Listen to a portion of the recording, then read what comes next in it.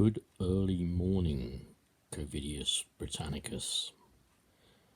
I start today in lockdown, day 85, with a very distressing image. Notice on this particular photo that I'm now showing you that this is a photograph of an Israeli police squad in Palestine who shoot dead a woman's son directly in front of her.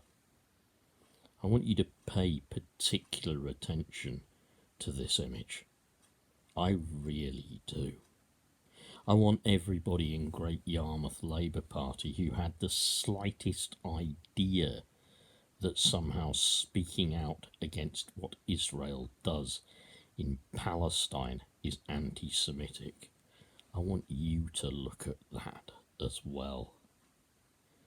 And while you're looking at the horror of this image, the occupying forces in Palestinian territory, in their land, shooting dead this young boy in front of his mother, I want you to remember something when we protest in the UK. I want you to remember this very, very carefully.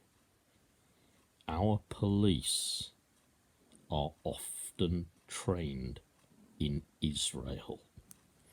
Just let that sink in for a second.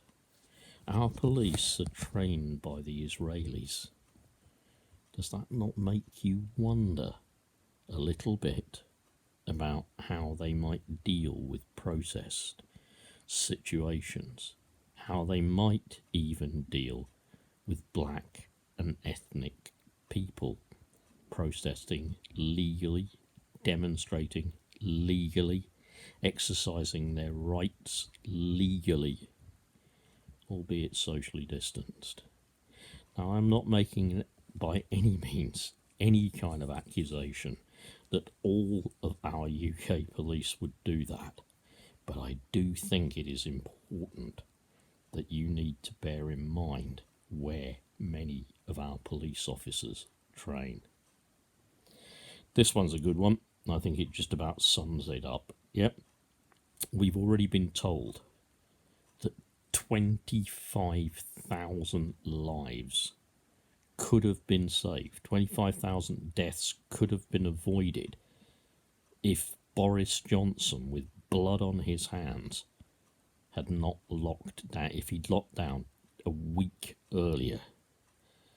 UK deaths, it says on this meme, in the 94 days since the 5th of March 2020, greater than civilian losses during the entirety of World War II. In those few months since 5th of March, we're now into June, April, May, June. Yeah, in those few months, greater than the entire civilian losses in the entirety of World War II. No wonder this person quite rightly calls it land of hope and lost glory. Don't know if that will focus immediately, just give it a chance. Yeah, it says it all, doesn't it? Land of hope and lost glory. Look at that blood. Do you know that the Union Jack has often been called the butcher's apron? Think about how and where it's been flown colonially.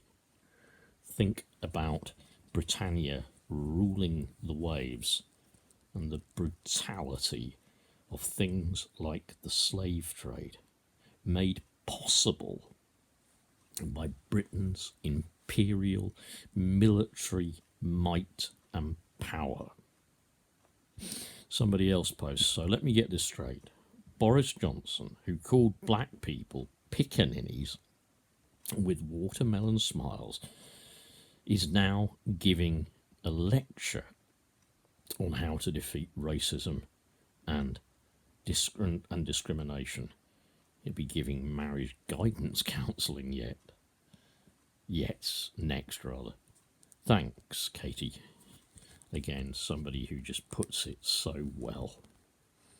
That is so good, Katie. Thank you for your message. It puts it perfectly. What on earth is a racist doing lecturing on how not to be a racist, I suppose? Yeah. What else can we find on here? This was just to show you how much Black Lives Matter. I don't know if you've ever been aware of it, but quite often in Pakistan they put the most superb, amazing art on the side of their vehicles, trucks and everything like that. Sana Fatima Journal, wordpress.com. Pakistani truck artist pays a homage to George Floyd. Me too. This is beautiful. Just look. Yeah. Is this not absolutely beautiful? I love that. I love the colour of it. I love the beauty of it. I love the image just for what it is. I love it because it's an image almost painted with love. It's a remembrance of a good man. It's remembrance of what I can see was a happy man with his child and his little daughter. It's in remembrance of him that we protest, socially distanced and all that lot. It's in remembrance of him. You know, they say that racism is learned. You must have heard about this one already now. The doll test. Yeah, you must have seen the videos of it. There's the image I remember is of a little black child. Must be a little boy, about 3, maybe 4. And he's asked to point to various dolls. And one of the dolls he points to, he says, pointing to the black doll, it's something like, this is a bad doll, which is a beautiful doll to point to. And he points to the white doll, which is an ugly doll to point to. And he points to the black doll. So please, don't tell me that racism isn't learned. Yeah, there's a huge depression coming. The Mirror are putting that. Spend to save Britain. Spend to save Britain. I don't really think that's going to happen, because where are people going to get the money? All that's going to happen in this huge depression is the rich people are going to hang on to what money they've got.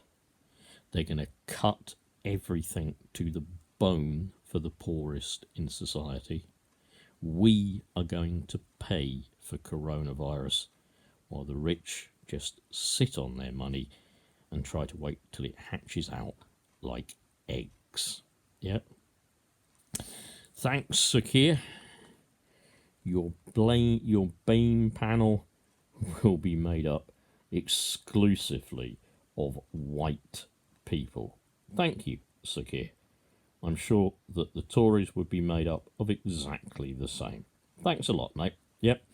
Really getting into diversity and tackling racism there, aren't we? Somebody posted this as well, which is just, I'll just read it first. It touched me greatly. I'm so sad that this world is breaking my heart. I thought we were kind. I thought we could love and conquer all.